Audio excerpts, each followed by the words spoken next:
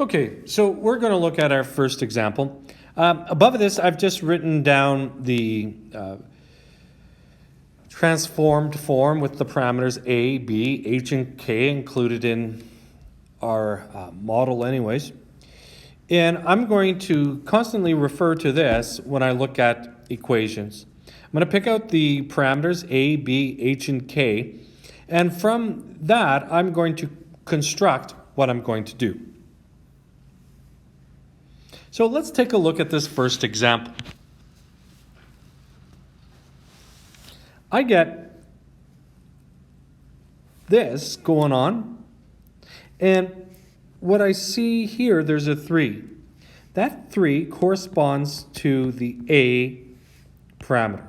A is being multiplied to f of x.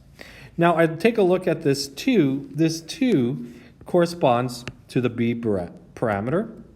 So I have a is 3, b is 2. So I've just picked off the easy information. Now what I'm going to do is I'm going to try to fit words with what's going on here. Perhaps I should even read the question. Given the graph y is equal to f of x, we're going to denote the domain and the range. Fair enough.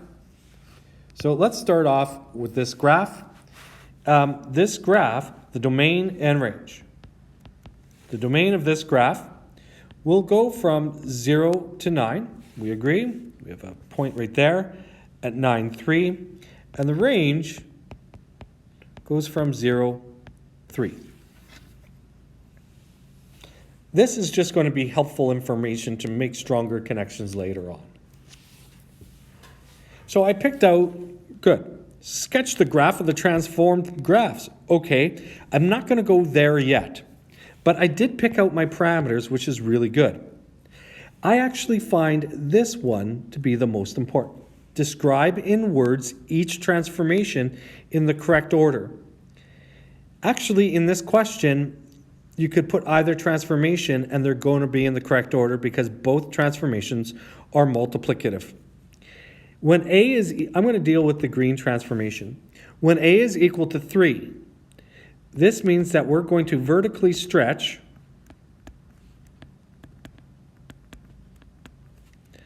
by a factor of 3. Fair enough. When b is equal to 2, now there's two ways of saying this. I'm going to try to keep it consistent. We are going to horizontally stretch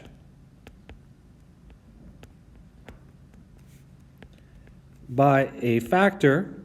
Now I have to remember that it's 1 over b, which is 1/2. Okay, I like to start off transformations like that if I'm doing this myself. And then I like to write y is equal to f of x. I like to write point form. It just helps me keep things straight. Y is equal to f of x. And then I switch colors to green. Well then, I'm going to multiply my f of x by 3. And that takes, really in words, this is vertically stretched by a factor of 3. But it takes my point xy and it changes it to x 3y. Right? So I'm just going to do that right now. My x, this is 0.00. Multiply the y value by 3, it's still 0, 0. This is 4, 2. When I multiply the y value by 3, it goes to 4, 6, right? We're only multiplying the y values by 3. This was 9, 3. We're going to multiply only the y value of 9, 3 by 3, and it goes into 9, 9. So this is my graph that is stretched by a factor of 3. Good job. We're more than halfway there, I'm sure. So now I'm going to call this the pink transformation. And if you notice, it's not too scientific what I'm saying, but I'm just trying to make it easier on my brain, take off some of the heavy lifting on my brain. So there's my functional form for sure. And now what would happen to this point? Well, I'm stretching by a factor of 3, depending on your choice. You can view it as we're going to take x and we're going to divide it by 2. and then the y value stayed the same. Or some people may want to think of it as we just multiply the x value by 1/2. Both of these are the same in thought and in action. There's my point notation. Point notation, super, super important. This is how I get to understand transformations. Point 0, 0, when I stretch by a factor of 1/2, I multiply the previous x value by 1/2, so 0, 0 turns into 0, 0. Now I'm going to worry about this point up here. That point is 4, 6. When I multiply 4 by 1/2, I get 2. So this moves into 2, 6. Now, here, this point way up here is 9, 9.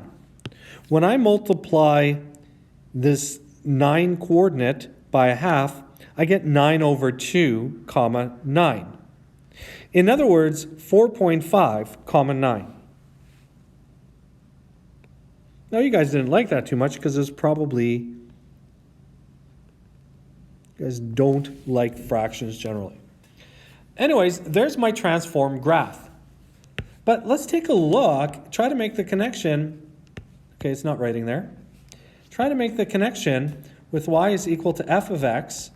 And let's look at the domain and the range for y is equal to 3f of 2x, right? And keep in mind the words that we're going to be using. Compare the domain and range. I don't want to draw any conclusions for you here. But my domain, my new domain is the x's now got switched to 0, 3, and my range, sorry, incorrect. I better be more careful than this, right? My domain of my transform function is 0, comma 9 over 2. My range goes from 0 to 9. This is of my new function. Now, look at the words. I vertically stretch by a factor of 3. Look at how the range changed. I horizontally compress by a factor of 2. Look how the domain changed. So the domain and range change based on the horizontal stretch and compression. I hope this helped.